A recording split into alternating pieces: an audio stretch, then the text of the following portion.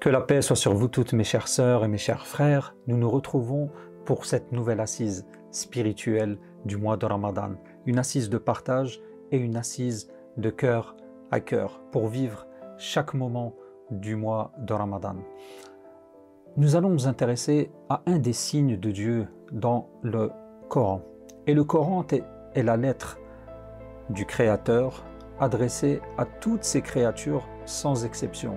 Et si vous retournez à Surat al-Zummar, au verset 53, vous entendrez Dieu qui nous dit « قُلْ يَا عِبَادِيَ الَّذِينَ أَسْرَفُوا عَلَى أَنفُسِهِمْ لَا تَقْنَطُوا مِنْ رَحْمَةِ اللَّهِ إِنَّ اللَّهَ يَغْفِرُ الذُّنُوبَ جَمِيعًا » Dieu dit « Ô mes serviteurs qui avaient commis des excès envers eux-mêmes, à leur propre détriment, ne désespérez pas de la miséricorde de Dieu. » Car Dieu pardonne tous les péchés, tous sans exception, car il est le pardonneur et il est le très miséricordieux.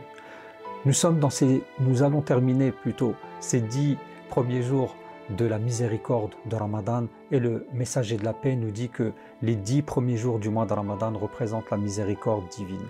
Les 10 jours qui suivent représentent le pardon divin, et les 10 derniers jours représentent le sauvetage du châtiment et du feu de l'enfer. Et ces 10 premiers jours, nous devons nous y exposer d'une manière continue et intense. Et ce verset-là, ce signe de Dieu, est là pour nous motiver et nous propulser vers la miséricorde divine. Et le messager de la lumière nous dit que ce verset lui est plus aimé que tout ce bas monde et tout ce qu'il contient. Ce verset-là, ne désespérez pas de la miséricorde de Dieu. Et cela est dans la continuité du message prophétique et du message divin, lorsqu'il dit que le messager de la paix, en fait, est le messager de la miséricorde et de l'amour. Dans ce verset dans lequel Dieu nous dit « Wa ma arsalnaka illa rahmatan lil alamin » Nous n'avons envoyé Mohammed, que la paix soit sur lui, que comme une miséricorde pour l'univers entier, pour le monde visible et invisible, pour les hommes et les djinns.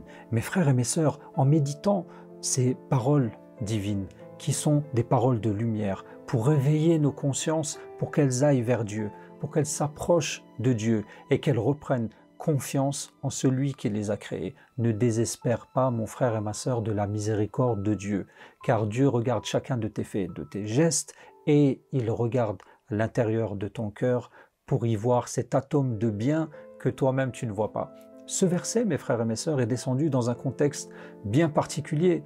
Nous avons 2 sources qui nous disent que, avant tout, il est descendu pour 2 compagnons du prophète de la paix, du prophète de l'islam, 2 compagnons qui s'appellent Ayyash ibn Rabi' et Al-Walid ibn Al-Walid.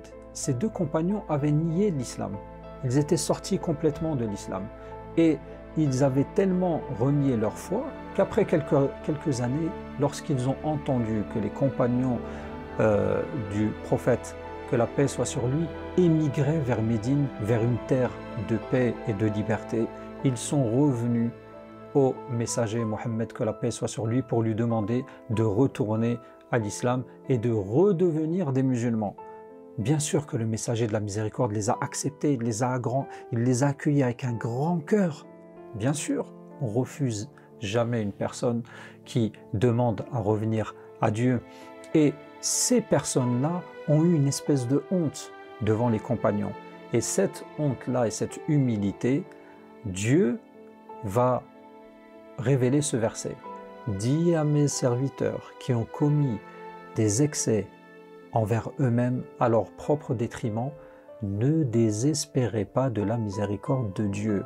Mon frère et ma sœur, quoi que tu aies fait dans ce monde, de péché ou de négligence, c'est envers toi-même. Et le regard des créatures ne vaut rien par rapport au regard de Dieu.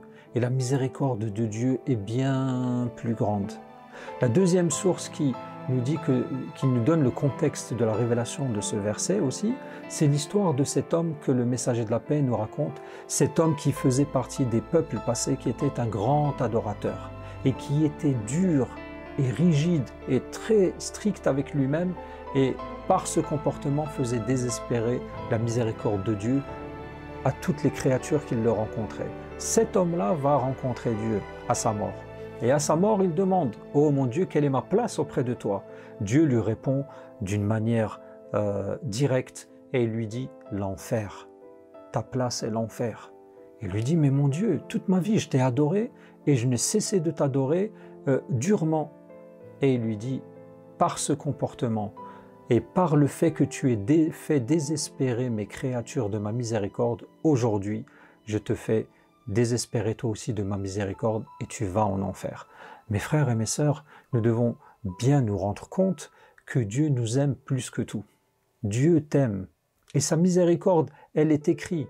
Et elle est écrite, cette phrase, au-dessus du trône. Le messager de la paix nous raconte, nous dit ces paroles de lumière rapportées par Abu Huraira, qui nous dit que lorsque Dieu a terminé la création, il écrivit dans un livre qui est au-dessus du trône « Rahmati sabaqat ghadabi » ma miséricorde a précédé ma colère. Ma miséricorde a précédé ma colère. Et dans le Coran, à plusieurs versets, Dieu nous parle de sa miséricorde qui englobe toutes choses. Sa miséricorde à laquelle que Dieu s'est prescrit lui-même. Dieu s'est prescrit lui-même la miséricorde.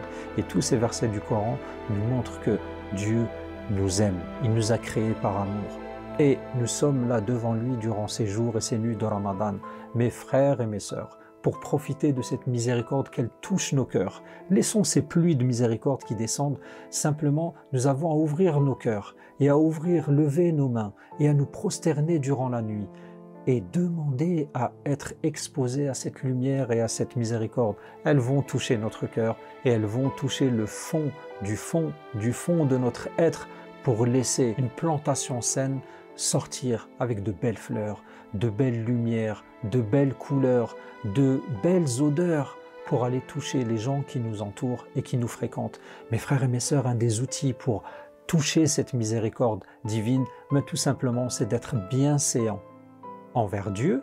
Comment être bienséant envers Dieu? En ayant une bonne opinion de Dieu. Et souvenons-nous de cette sagesse de Ibn Atallah Sakandari qui disait « Un péché qui provoque en toi de l'humilité et de la crainte envers Dieu est meilleur qu'une obéissance qui provoque en toi de la fierté et de l'arrogance. Ma'asiyatin awrathat dhullan khayrun min ta'atin awrathat izzan wa istikbaran. » Ceci, mon frère et ma sœur, un premier outil de présenter à Dieu ton humilité et ta vulnérabilité. Et la deuxième chose, c'est d'être miséricordieux envers ses créatures, qu'il aime. Comme il t'aime toi, il aime les autres créatures. Alors, le messager de la paix nous dit ces paroles de lumière. Soyez miséricordieux envers ceux qui sont avec vous. Et soyez miséricordieux envers ceux qui habitent la terre, les habitants de la terre.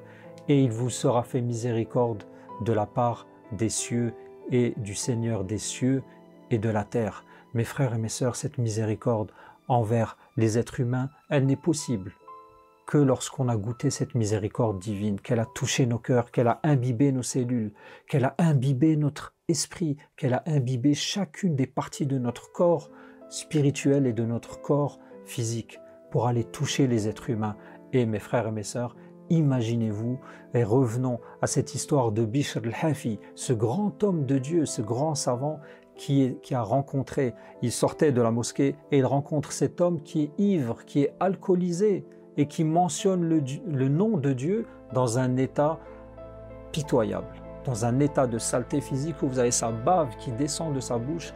Et Bishr al-Hafi, qui est cet homme plein de miséricorde, va aller à la rencontre de cet homme pour le tenir, pour le laver, lui laver sa bouche, lui rincer sa bouche, la nettoyer avec ses mains pour lui dire non, on ne prononce pas le nom de Dieu dans cet état de saleté. Il lui purifie sa bouche et il entend Bishr al-Hafi, cet appel où on lui dit « Oh Bishr, comme tu as purifié la bouche de cet homme, pour qu'il prononce notre nom, nous avons purifié ton cœur. » Mes frères et mes sœurs, soyons au service de toutes ces créatures. Soyons au service de notre cœur aussi pour s'exposer au souffle divin. Et je vous dis à très bientôt, que la paix vous accompagne toutes et tous.